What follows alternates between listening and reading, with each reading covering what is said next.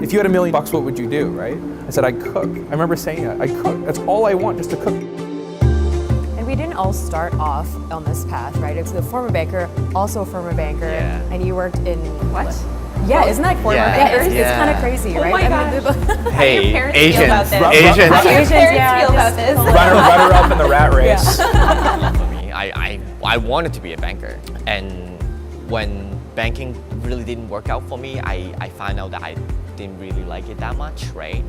And it's just like, hey, I know this is scary to be pursuing, which is considered like unstable career as a teacher, as a choreographer, but I gave it a try, and here I am. The department that I was in was going through a reorganization, so they gave me the option of trying to find a new job within the company or leave the company. And ultimately it was like, okay, I'm ready to go.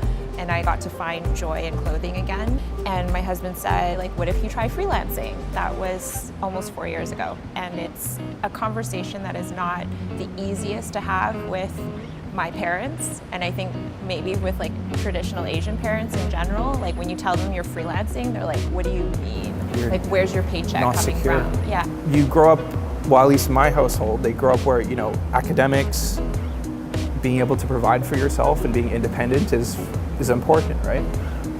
And I always thought that a cooking job or a creative job wouldn't yield that type of financial security. So I just sort of kept it as a hobby. But I just wanted to cook, like that's all I wanted to do. And that's what would keep me happy. In the back of my mind, what's my Chinese mother gonna think? How is she gonna tell her family or her friends? But Reputation. yeah, like that's a huge thing in Asian culture. Here I am like 10 years later, finally in media, and I just feel like it's something that I've always needed and wanted to do, and I always knew I could do it. But at the same time, it's kind of funny because my mom's like, oh yeah, I'm so proud my daughter's in media. Now you're conveniently sliding in now. Wait a minute, wait a minute. Thanks. Like when you are working in arts, like self-employed, the difficult part is you have to be self-driven, self-motivated. Kind of more than that, like you have to be really clear what your goals are and try to figure out how to achieve those goals, right? And you play mind games with yourself. Is my goal high enough? How do I achieve it? Is this even what I should be doing? Like every Am I good day? enough? Sure. So I don't think you guys need to worry so much that you're gonna like lounge around all day. You're gonna get work done, like because you made a conscious choice to not work for anyone, right? And then just when I can die knowing that I'd spent most of my life stoked. That's my advice to people. Is like, go out and meet people, stay in contact with people that you resonate with and they resonate with you, and just keep that up because only good things can come when you have an open dialogue with yourself and other people. I'm so with Matt on that. It's constantly meeting new people and talking to people and mentoring.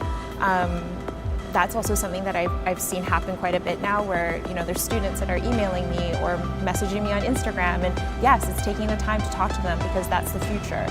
We want to encourage people to stay driven, right? To stay being self-motivated, because those are the people, from my experience, that would end up succeeding in this industry. The fact that we know that there are others out there like us, pursuing creative things It's and creative careers, I think that's pretty awesome. I was gonna say we're doing something right. Yeah. So We're not alone. Thank you for having us. Thank you for having us. thank you. Aww. And anyone want to get dim sum later? Yeah. Yes. Okay. Thank you.